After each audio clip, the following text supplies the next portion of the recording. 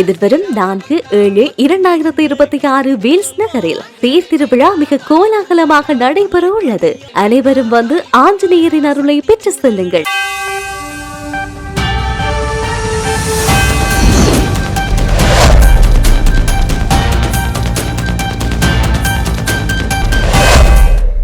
Mix and much உங்களை வரவேற்றுக் கொள்கிறது. மேற்கு ஐரோப்பாவில் நிலவும் கடுமையான வெப்பநிலை பிரித்தானிய தலைநகர் லண்டனையும் விட்டு வைக்காத நிலையில் லண்டனிலும் எதிர்வரும் வியாழக்கிழமை வரை அசாதாரணமான சூடு நிலவும் என்ற எதிர்பார்ப்பு இருக்க, இன்று காலை பிரித்தானிய ஆட்சி அதிகாரத்தின் முக்கிய இடமான வெஸ்ட்மினிஸ்டர் நம்பர் 10 வதிவிடத்தில் பிரதமர் கியர் ஸ்டாமரின் பதவி விலகல் அறிவிப்புடன் புதிய அரசியல் சூடு கிளம்பிவிட்டது.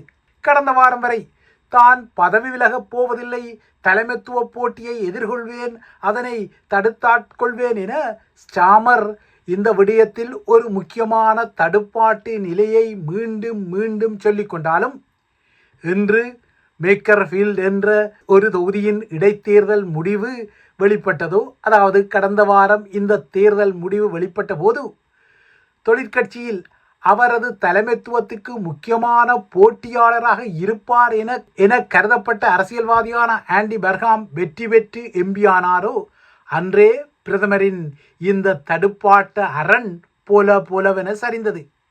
இதனால் நேற்று முன்தினமும் ஸ்டாமருக்கு எதிரான தொழிற்கட்சியின் உட்கட்சி நிலைமை வேகமாக சரிவுக்குள்ளானது. குறிப்பாக வெளியுறவு அமைச்சர் ஜெவட் கூப்பர், உள்துறை அமைச்சர் ஷபானா மஹமத் போன்ற மூத்த அமைச்சரவை தலைகள் உட்பட 100க்கும் மேற்பட்ட தொழிற்கட்சி நாடாளுமன்ற உறுப்பினர்கள் ஸ்டாமருக்கு இனியும் கை கொடுக்க முடியாது என கூறி கைவிட்டதால் இன்று காலை தனது பிரதமர் பதவியை கைவிடுவதாக கண்ணீர் ததும்ப குரல் தழுதழுக்க ஸ்டாமர் அறிவித்துக் கொண்டார். பிரித்தானியாவின் வரலாற்றில் மிக குறைந்த அளவு மக்களின் ஆதரவு நிலை என்ற கருத்து கணிப்புடன், அதாவது 74%க்கும் அதிகமான மக்கள் ஸ்டாமரின் செயல்பாட்டை அங்கீகரித்துக் கொள்ளாத நிலையில் அவர் பிரதமர் பதவியிலிருந்து வெளியேறுவதாக இன்று காலை அறிவித்திருக்கின்றார். இன்றைய பதவி விலகலுடன் பார்த்தால் கடந்த 10 ஆண்டு காலத்தில் பிரித்தானியாவில் 7வது பிரதமர் நியமிக்கப்படும் நிலை இப்போது வந்திருக்கின்றது. உண்மையில் நோக்கினால் கியர் ஸ்டாமர் இன்று காலை எடுத்த இந்த முடிவு சரியானதாகத்தான் தெரிகின்றது. ஏனென்றால் சரியான ஒரு முடிவுடன் தான் தனது பதவி விலகலுக்கான கால அட்டவணையை ஸ்டாமர் இன்று காலை தனது அதிகார நம்பர் 10க்கு முன்னர் அறிவித்துக் கொண்டார். சொந்த கட்சிக்குள் தனக்கு ஏற்பட்ட பெரும் சரிவை தொடர்ந்து உடனடியாக பதவி விலகி தொழிற்கட்சியில் ஒரு பதற்றத்தை ஏற்படுத்துவதற்கு பதிலாக அதிகார மாற்றம் சீராக நடைபெறுவதை உறுதி செய்வதற்காக தனக்கு பதிலாக குறிப்பாக கட்சியின் புதிய தலைவராக வரக்கூடும் என எதிர்பார்க்கப்படும் ஆண்டி பெர்ஹாமின் வழியை அங்கீகரித்துக் கொள்ளும் வகையில் இன்று தனது பதவி விலகலை அவர் அறிவித்துக் கொண்டார். ஆண்டி பெர்ஹாம் பிரதமராக பொறுப்பேற்பதற்கு ஒரு முக்கியமான பாதையை ஏற்படுத்துவதாக நோக்கமாக கொண்டுதான் கோடை காலத்தில் கட்சி பிளவுபட்டு நிற்பதை தடுப்பதற்காக ஸ்டாமர் தந்திரோபாயமாக இந்த பதவி விலகல் அட்டவணையை வெளிப்படுத்திக் கொண்டார். பிரித்தானியாவை பொறுத்தவரை ஆளுங்கட்சியின் தலைவர்தான் பிரதமர் பதவிக்குரியவர் என்ற பாரம்பரியம் உள்ள நிலையில் இன்று காலை 2 பதவிகளிலிருந்தும் தான் விலகுவதாக அதிகாரபூர்வமாக ஸ்டாமர் அறிவித்துக் கொண்டார். தனது பதவி விலகல் முடிவை மன்னர் 3ஆம் சார்ல்ஸிடம் தெரிவித்ததாகவும் அவர் குறிப்பிட்டுக் கொண்டார். இப்போது ஸ்டாமர் பதவி விலகுவதால் எதிர்வரும் ஜூலை தொழிற்கட்சியின் தலைமைத்துவ போட்டிக்கான வேட்புமனுக்கள் அதிகாரபூர்வமாக ஏற்கப்படும் வகையில் ஒரு நிலைமை உருவாகிக் கொள்கிறது. கோடைகால விடுமுறைக்கு நாடாளுமன்றம் ஒத்திவைக்கப்படுவதற்கு முன்னர் தொழிற்கட்சியின் புதிய தலைவரை தெரிவு செய்யும் உட்கட்சி தேர்தல் நடத்தி முடிக்கப்பட்டிருக்கும். ஆகையால் தொழில்நுட்ப ரீதியில் பார்த்தால் எதிர்வரும் இலையுதிர் காலத்தில் புதிய பிரதமரின் அரசாங்கம் ஆரம்பிக்கப்படக்கூடும். கடந்த மே மாதத்தில் பிரித்தானியாவில் நடைபெற்ற உள்ளூராட்சி தேர்தல்களில் தொழிற்கட்சி கடும் இழப்புகளை அதிதீவிர வலதுசாரியான ரிஃபார்ம் யூகே கட்சியிடம் சந்தித்தது. ஏறக்குறைய அந்த அதிதீவிர வலதுசாரி கட்சியிடம் 38 உள்ளூராட்சிகளை தொழிற்கட்சி இழந்தது. வேல்ஸ் பிராந்தியத்தில் அது முழுமையாக அடைய வேண்டியது. இந்த தோல்விக்கு பின்னர் தொழிற்கட்சியின் அதாவது அரசாங்கத்தின் 5 மூத்த அமைச்சர்களும் 100க்கும் மேற்பட்ட பின்வரிசை எம்பிக்களும் வெளிப்படையாகவே ஸ்டாமருக்கான ஆதரவை மீளெடுத்தனர். ஆனால் இவ்வாறாக மீளெடுப்புகள் வந்தாலும் கடந்த வெள்ளிக்கிழமை வரை தான் பதவியில் நீடிக்கப் போவதாகவும் தலைமைத்துவ போட்டியை வெட்டியாட போவதாகவும் மீண்டும் ஸ்டாமர் சொல்லிக் கொண்டார். ஆனால் ஆண்டி பெர்காமின் இடைத்தேர்தல் வெற்றி ஒரு கேம் சேஞ்சராக மாறி அவரது பதவியை 2 ஆண்டு காலம் கூட பூர்த்தி செய்ய விடாத ஒரு நிலைமையில் பறித்திருக்கின்றது.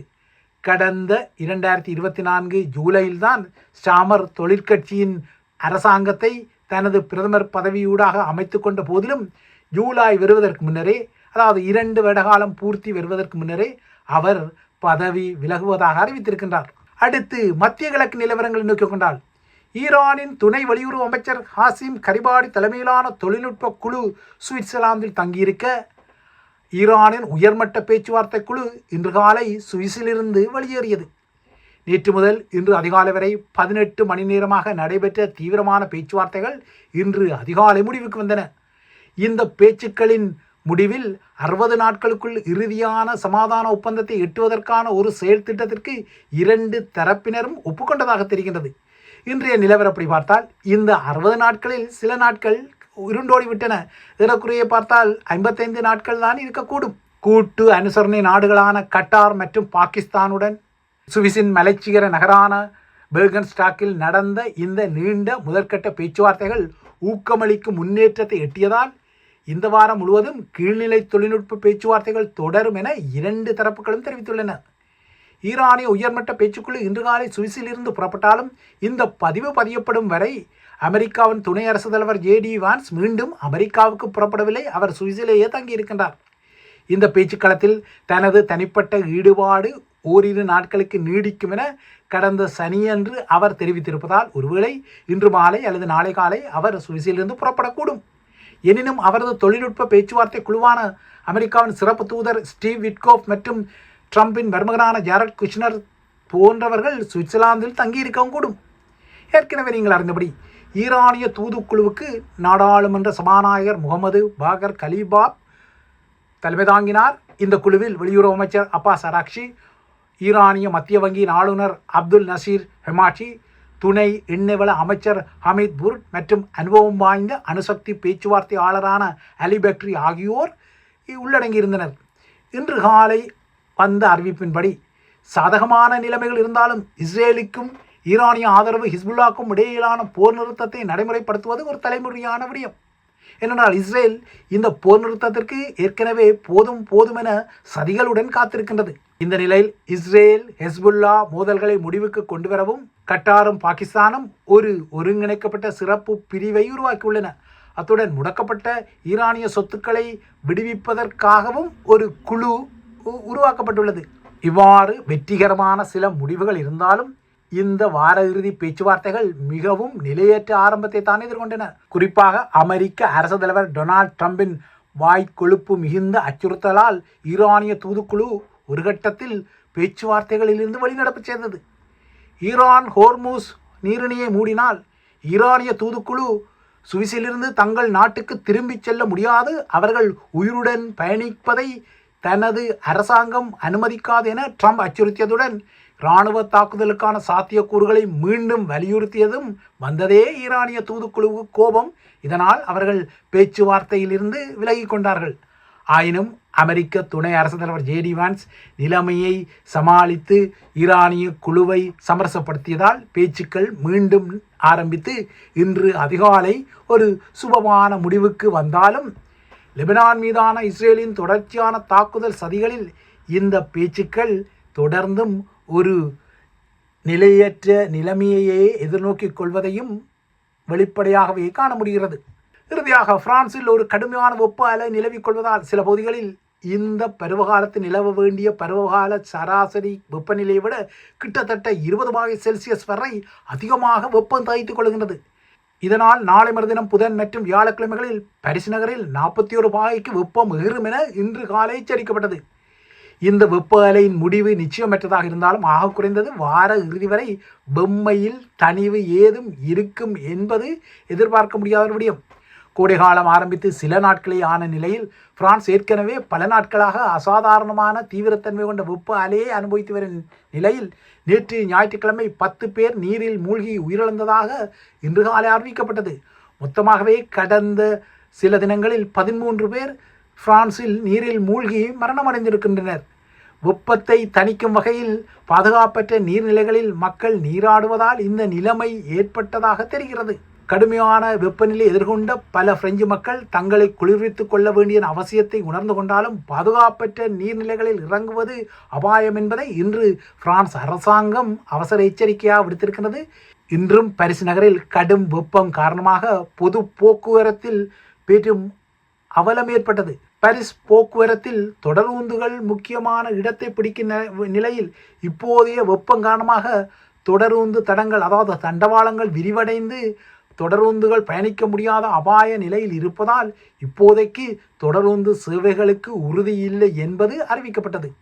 குறிப்பாக இப்போது தொழில்நுட்ப ரீதியில் பார்த்தால் பிரான்ஸ் வெப்பத்தில் உருகிக் கொள்கின்றது. தண்டவாளங்கள் தகித்துக் கொள்கின்றன.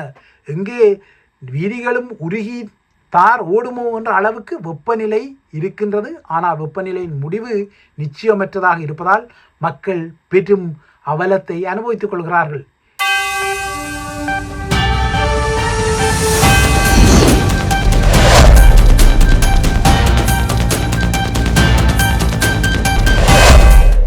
எதிர்வரும் 4/7/2026 வேல்ஸ் நகரில் தேர் திருவிழா மிக கோலாகலமாக நடைபெற உள்ளது. அனைவரும் வந்து ஆஞ்சநேயரின் அருளை பெற்று செல்லுங்கள்.